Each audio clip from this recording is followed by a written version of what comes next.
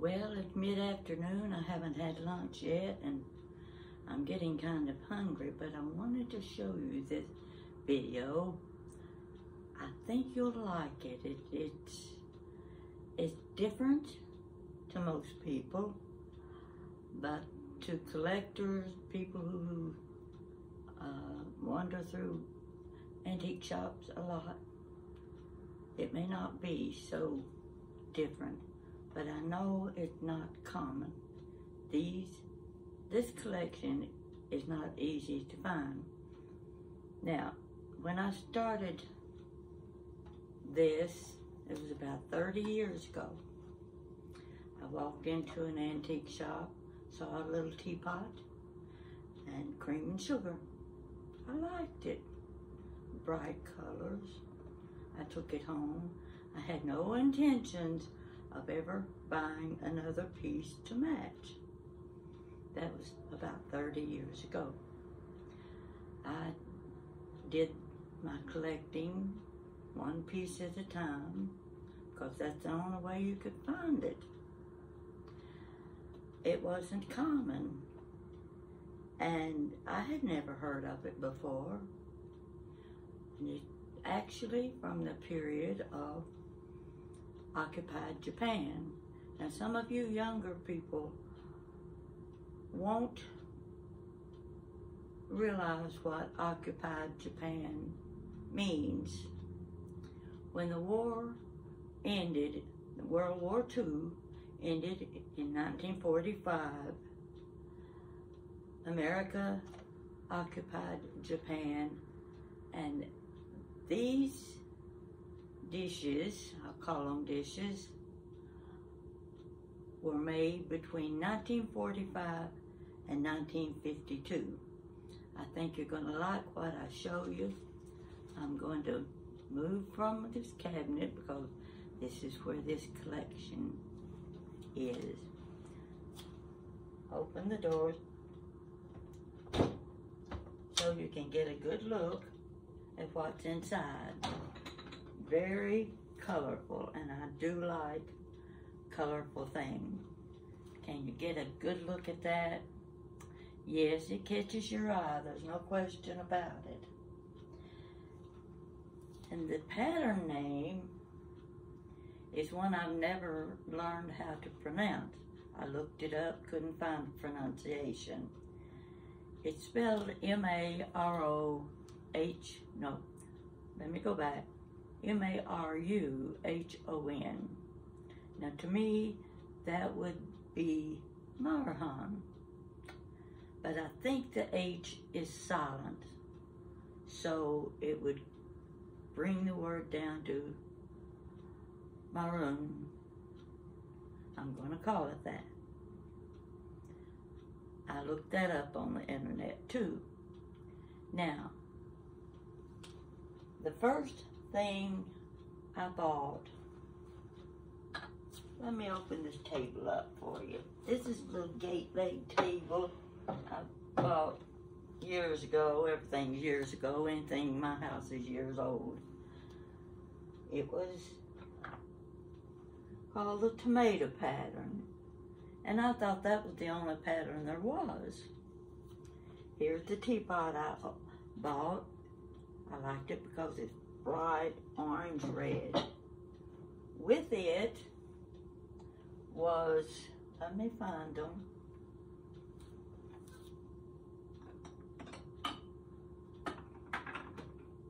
a creamer and the sugar. Let me find the sugar. It's here somewhere. Here we go. There you go. Those were the three pieces I bought. Well, one day, it's probably a year later, I was with my daughter and son-in-law. We were in an antique mall in Knoxville, Tennessee. And this is a pattern that once you get used to it, you can almost spot a piece from across the room. And that's what I did. I spotted another teapot. And I said, I have a feeling that's the same pattern I've got. So I walked over, and this is what I picked up. It was an apple teapot. Oh, it was so cute. I had to have it. Yes. It was the same Occupied Japan. Now the labels are on the bottom. Some of them have a K in a circle. Some of them have a patent number. But the majority of them will say Occupied Japan. Sometimes they just say Made in Japan. But this is what I got. An apple. Oh, I didn't know they made the apple. Okay. I'm going to add this to this little collection. There are more apple pieces. One by one. And you're going to love this. This is the cream and sugar. Aren't they cute? It's a set. Goes together. And you've got another apple. I go on. Now in between I'm finding these red pieces. But I want to show you the apple pieces first. Isn't that precious?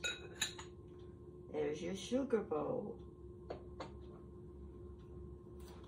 A creamer. Another little sugar. These are all apple patterns. And one day, would you believe, I found the salt and pepper. They screw off at the bottom like that.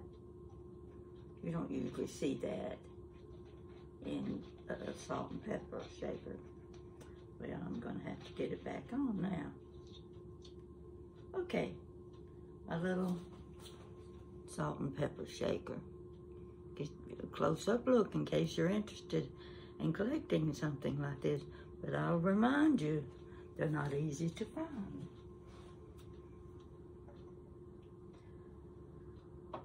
I even found an egg plate. Yes, this is part of the pattern, an egg plate.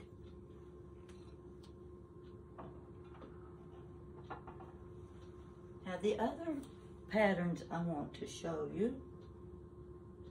Oh yes, this, you've got to see this.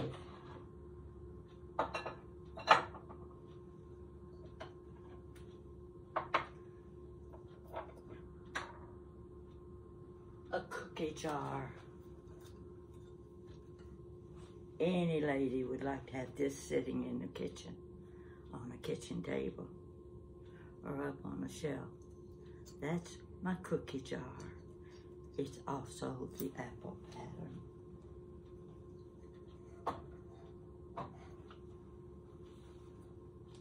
Among those were patterns, pepper. You see, this is one style of pepper. It's a salt shaker. I've got two of them. And these are the other style of your salt and pepper shakers in the pepper pattern. I'm not going to show you everything, but take a look at this tiny little thing.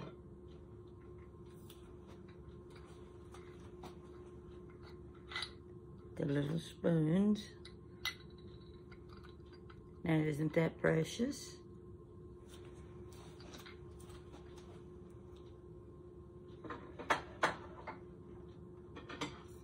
Here is a tray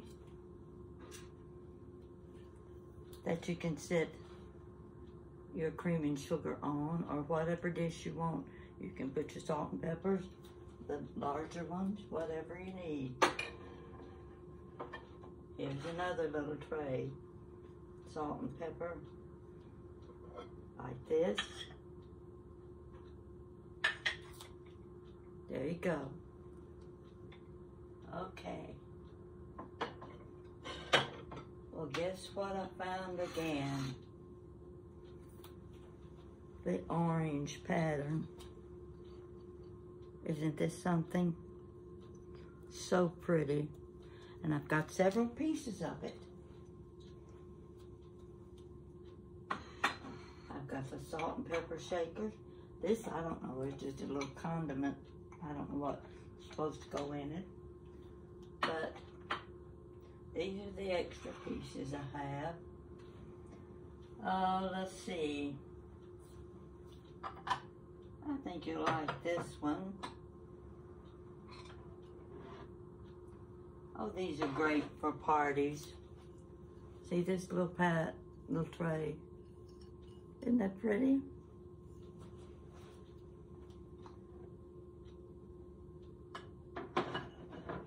Now, I was in Nashville, Tennessee once.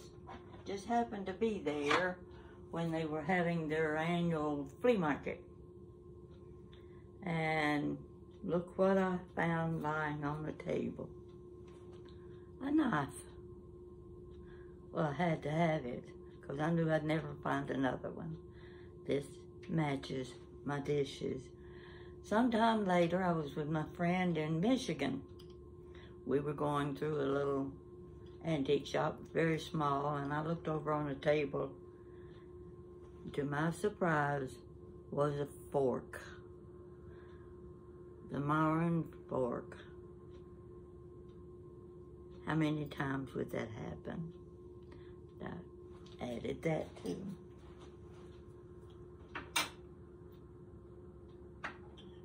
Now let's see.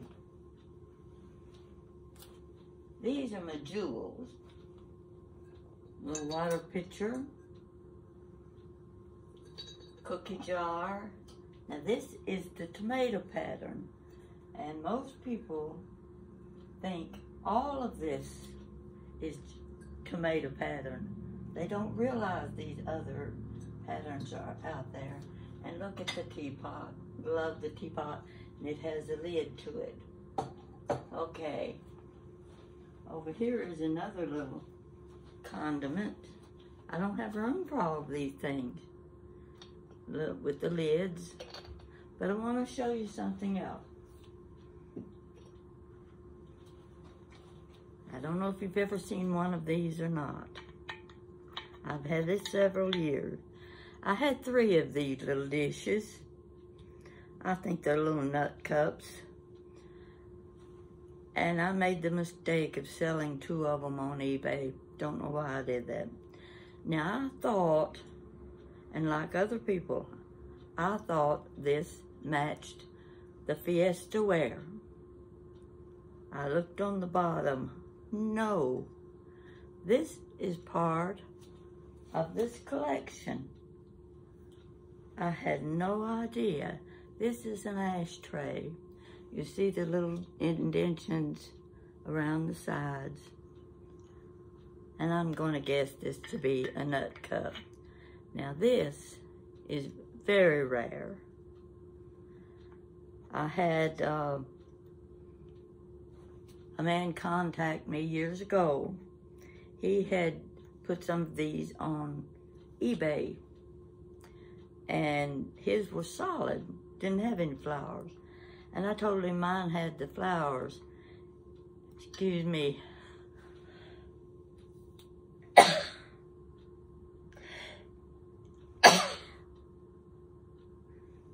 Wouldn't you know that would happen? Anyway, he told me mine was worth about $800. Well, it may be worth $800, but you're not going to get $800 for it. That's for sure. I wanted you to see this. And these little cups. These are juice cups. Aren't they precious? I had about 20 of them. And part of them had light green leaves and I didn't like them as well as I did this, so I got rid of them, and I kept 10 juice cups. There are all different styles of salt and pepper shakers. Here's 2. Here's another one with a little leaf on it. And of course, let's see, there are others. Yeah, here's one that just screws off at the bottom. Different style. Oh, and I didn't show you the strawberry pattern. Who would have believed there was a piece? This is the only piece I've got in the strawberry. The orange itself is very hard to find. But one time I was in an antique shop in Shelbyville, Kentucky. And what did I see but a lemon pattern. I looked at it and I said, oh my gosh, this comes in lemon. The price was a little more than I wanted to pay, and I passed it up. Mistake. I should have bought it because I've never seen a piece since with the lemon pattern on it. So that's the way it works when you're looking at antiques. You have to give it some serious thought when price is involved. And sometimes you walk away and wish you hadn't. And that was one time I wished I hadn't. Now I've got one other little thing I want to show you. While I was collecting all of that stuff, I found this little lady. She's the napkin lady. You see, I've inserted napkins this way. There are different ways you can place the napkins, or you can use your fancy handkerchiefs. She's a beauty. I've got another one dressed in blue, and on top of her head is a hat, and it holds a candle. Now these are hard to find, and they're very expensive. And I'll tell you this, I didn't realize the price was still on the bottom of this, the price I paid. $30, and I thought, surely I didn't pay $30 for that. But obviously I did. Well, today I was looking these up. I wanted to see what other styles there were. They're really pretty. And people put all kinds of hankies and napkins in them. And I came across this same lady, and the price on it was $139. So that made me feel a little bit better about having paid $30 for this one. And she is a jewel.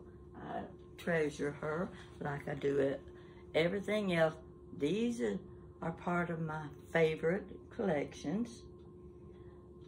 Every time I show you something, you're going to hear me say, this is one of my favorite things. What it means is, when I buy it, it becomes a favorite thing, no matter what it is. Now, you've seen my show of my maroon or Marahan, whatever you want to call it. I don't know what to call it, so I just take a guess at it. Put some of these back in here. I love the apple pattern. I think it is so pretty. Get it back in there. I'm very clumsy these days. I have to watch what I'm doing, because if I don't, I end up breaking something, or I end up tumbling across the floor and spraining my foot. So I hope you like these. In fact, if you can see let me show you the plates on the wall. They go with the tomato pattern pretty well. And I kind of like them too. I leave them up there to go with all the rest of this. If you get interested in collecting something like this, make sure you remember they're hard to find, very hard to find. And I hope you've enjoyed watching and seeing my patterns and my little cabinet. I love my little gate leg table with the cabinet. And it has, this little cabinet has, I'll show you. Ooh, this is heavy. I'll move something. It has a hidden drawer on the end. It comes way out. It's all the way through it. And if I'm going to hide something that I don't want to be able to find, that's where I put it. And you'd be surprised how many times I've done that. Put it in that drawer, think I know just exactly where it was.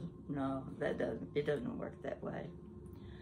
So anyway, this is what I wanted to show you today, and I hope you like it. It's very colorful, and if you like colorful things in your house, especially in the kitchen or breakfast room, this is perfect for something like that. And every now and then I open the doors just so I can get a better look at my tomato ware and my Maruhan Occupied Japan collection. Keep in mind, Occupied Japan was 1945 through 1952. And that's all I've got to show you today. I'm sure I've overlooked something, but I always do. And that's what happens when you get my age. I'll be with you again soon, and I think you'll like what I'm going to show you the next time. It also has to do with my china and crystal. And I'm hoping I can handle it and display it so that you can appreciate it. And if you've got china and crystal, you hold on to it. Don't be too quick to sell it or give it away, because one of these days you're going to be sorry if you do. I never owned any crystal or china while I was married. Didn't get any as a bridal gift. Didn't inherit any from mother or grandmother. Never had those things. So I started buying it piece by piece and set by set. And you'll enjoy my next show. So thank you for being with me today. And don't forget to order my books on Amazon. I think you'll enjoy my storytelling. They're short stories. Doesn't take long to read one. And most of them are humorous. And they're all true stories. So thanks for being here today. And I'll see you next time. I think. You see this little thing? This is supposed to turn this off. And I have the office time. Here.